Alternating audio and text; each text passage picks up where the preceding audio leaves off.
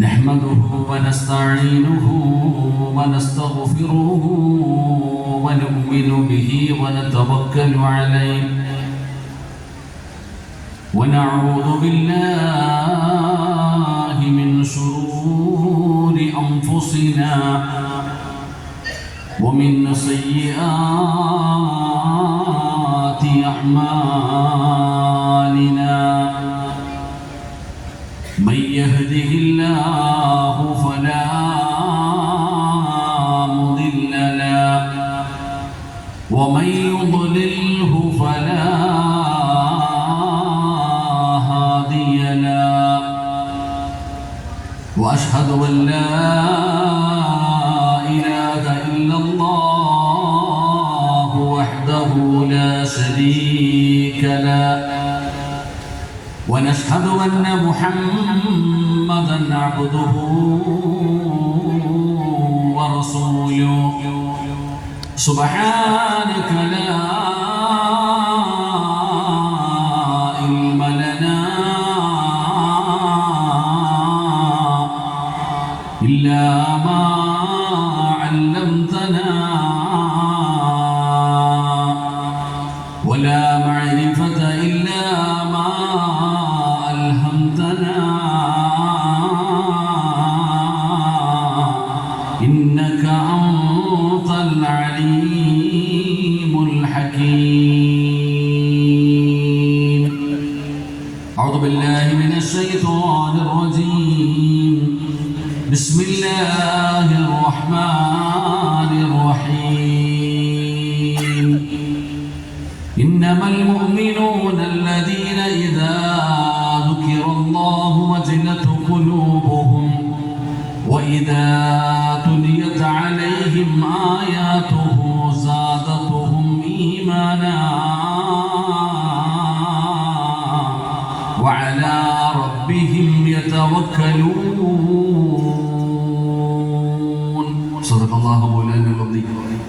قال النبي صلى الله عليه وسلم إنكم سترون ربكم كما ترون القمر ليلة البدر. قال نبينا وحبيبنا رسول الله صلى الله عليه وسلم يا ربي بالمصطفى بلغ مقاصدنا واغفر لنا ما مضى يا واسع الكرم وعلى أمة محمد صلى الله عليه وسلم. വേദിയിൽ ബഹുശരായ ബഹുനിരായ പണ്ഡിത മഹത്തുക്കളെ, മറ്റു സംഘാടകരെ, എൻ്റെ പ്രിയപ്പെട്ട ഉപ്പമാരെ, സഹോദരങ്ങളെ, ഉമ്മ പങ്ങന്മാരെ, താലിമീങ്ങളെ, അള്ളാഹു നമ്മളുടെ ഒരുമിച്ച് കൂടൽ അള്ളാഹു കബൂലാക്കുമാറാകട്ടെ. നമ്മളിൽ നിന്ന് മരണപ്പെട്ടു പോയ നമ്മുടെ മാതാപിതാക്കൾ, ബന്ധുമിത്രാദികൾ, കൂട്ടുകുടുംബാദികൾ, നാം സ്നേഹിച്ചവർ, നമ്മെ സ്നേഹിച്ചവർ, നമ്മളെ സഹായിച്ചവർ, ഇൽമിൻ്റെ വഴിത്താരകളിൽ നമുക്ക് താങ്ങും തണലുമായി നിന്ന നമ്മുടെ ഉസ്താദന്മാർ, അള്ളാഹു സുബ്ഹാനഹു വ തആല എല്ലാവർക്കും അള്ളാഹു മഗ്ഫിറത്തും റഹ്മത്തും അള്ളാഹു നൽകി അനുഗ്രഹിക്കുമാറാകട്ടെ.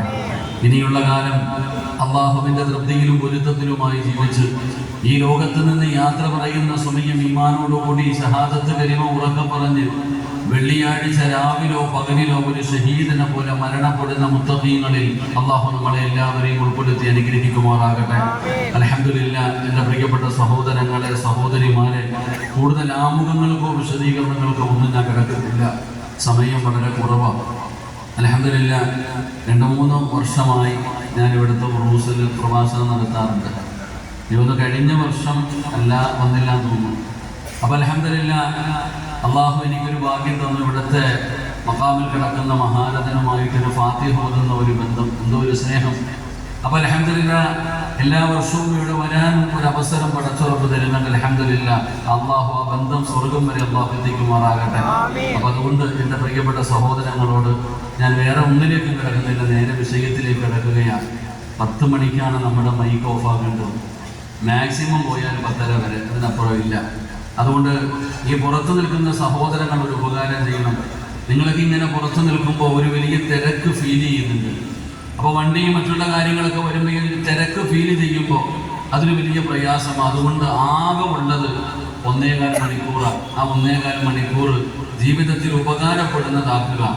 ജീവിതത്തിൽ എത്രയോ സമയങ്ങൾ നമ്മൾ വെറുതെ കളയുന്നു.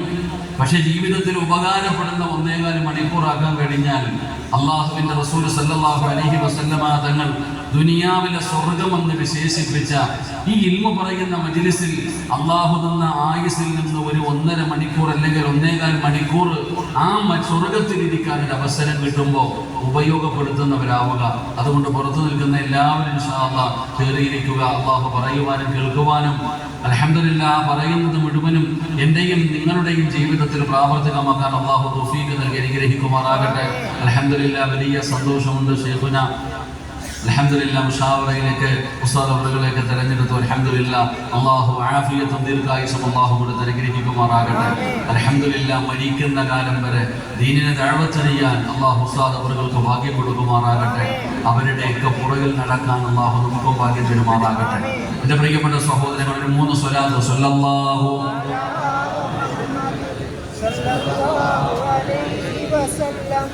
സ്വല്ലല്ലാഹു അലാ മുഹമ്മദ് സ്വല്ലല്ലാഹു അലൈഹി വസല്ലം അല്ലാഹുമ്മ സ്വല്ലി അലാ മുഹമ്മദ് യാ റബ്ബി സ്വല്ലി അലൈഹി വസല്ലം. ഉസ്താദിന്റെ മുമ്പിൽ ഇരിക്കുന്നതിൽ എനിക്കും പ്രയാസമുണ്ട്. ഞാൻ ഇരുന്ന് പ്രസംഗിച്ചിട്ട് ശീലമില്ല. പക്ഷെ ശാരീരികമായി ചില പ്രയാസങ്ങൾ ഉള്ളതുകൊണ്ടാണ്. അൽഹംദുലില്ലാഹ് ഒരുപാട് പേര് സുഖമില്ല എന്ന് കേട്ടപ്പോൾ ഒരുപാട് പേര് ദുആ ചെയ്തവരൊക്കെ ഉണ്ട്. അള്ളാഹു എല്ലാവർക്കും സ്വർഗം കൊടുത്തിരിക്കും. അള്ളാഹു നമ്മുടെ രോഗങ്ങളൊക്കെ അള്ളാഹു മാറ്റി തരുമാറാകട്ടെ.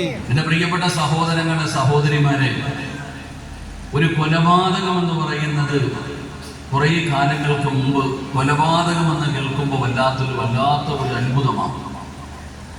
കൊലപാതകമെന്ന് ഒരു കൊല നടന്നു എന്നുള്ള വാർത്ത പത്രത്തിന്റെ ഏറ്റവും ഫ്രണ്ട് പേജിലൊക്കെ വരും.